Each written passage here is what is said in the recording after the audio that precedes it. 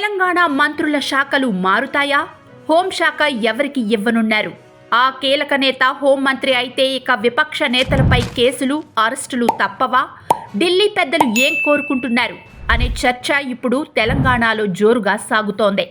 PCC అధ్యక్షుడిగా రేవంత్ రెడ్డి ఎన్నికలకు ముందు భావోద్వేగ ప్రసంగాలు చేస్తూ బీఆర్ఎస్, బీజేపీ నేతలకు తీవ్ర హెచ్చరికలు చేశారు. తెలంగాణను దోచుకున్న వారిని జైళ్లలో పెట్టడం ఖాయం అని హెచ్చరించారు. అయితే అధికారంలోకి వచ్చిన తర్వాత ఒకరిద్దరి మీద కేసులు పెట్టడం, విచారణలకు పిలవడం మినహా ఎవరిని అరెస్టులు చేయలేదు. పైగా అవినీతి అక్రమాలు ఎన్నో ఉన్నా వాటిపైన చర్యలు లేవనే విమర్శలు ఆ పార్టీలోనే వినిపిస్తున్నాయి. అటు బీఆర్ఎస్ గానీ, బీజేపీ నేతలు గానీ కాంగ్రెస్ పై పోరాటం ప్రకటించేసి అదే పనిగా ఆరోపణలు కురిపిస్తుంటే పాలక కాంగ్రెస్ మౌనం వహిస్తోందనే చర్చ నడుస్తోంది. దీనికి కారణం కూడా లేకపోలేదు. హోంశాఖ సీఎం వద్దనే ఉంది. పని ఒత్తిడి కారణంగా హోంశాఖను మరింత సమాయత్తం చేసే అవకాశం సీఎంకు ఉండడం లేదు.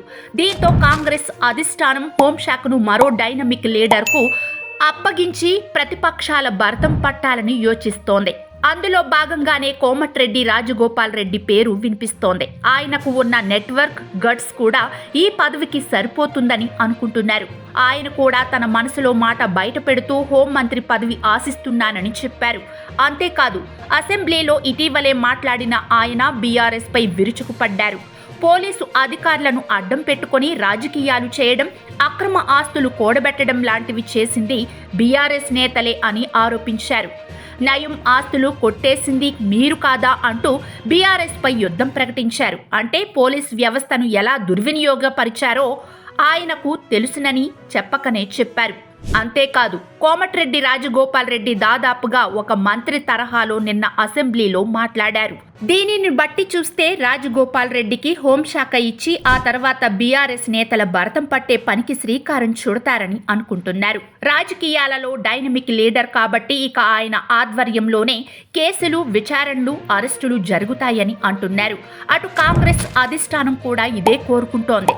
ఈ దెబ్బతో బీజేపీ, బీఆర్ఎస్ రహస్య సంబంధాలు బయటపడతాయని, అదే జరిగితే ముస్లింలు, మైనార్టీ వర్గాలు కాంగ్రెస్ వైపు వస్తాయని, కాంగ్రెస్ మరింత పుంజుకుంటుందని భావిస్తోంది. ఒకవేళ రాజగోపాల్ రెడ్డి కాకపోతే విజయశాంతి పేరు వినిపిస్తోంది.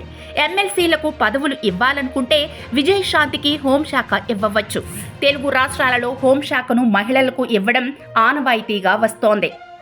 గతంలో సబితా ఇంద్రారెడ్డి తెలంగాణ హోంమంత్రిగా చేశారు. ఏపీలో గత 6 ఏళ్లుగా హోంమంత్రిగా మహిళకే ఛాన్స్ ఇస్తున్నారు. ఒకవేళ విజయశాంతికి హోంశాఖ ఇచ్చినా బీఆర్ఎస్కు చుక్కలే అనే మాట వినిపిస్తోంది. ఎందుకంటే బీఆర్ఎస్ పార్టీలోని అక్రమాలు, కేసీఆర్ వ్యవహార శైలి పైన తిరుగుబాటు చేసిన విజయశాంతి గులాబీ పార్టీపై యుద్ధం ప్రకటించే అవకాశం ఉంది. హోంశాఖ గనుక తన చేతిలో ఉంటే అది ఇంకా సులభతరం అవుతుందని చెబుతున్నారు.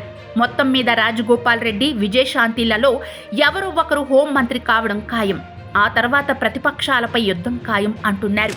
అవినీతి అక్రమాల కేసులు నమోదై కీలక నేతలంతా చర్లపల్లికో, చెంచలగూడకో పోవడం ఖాయమంటున్నారు.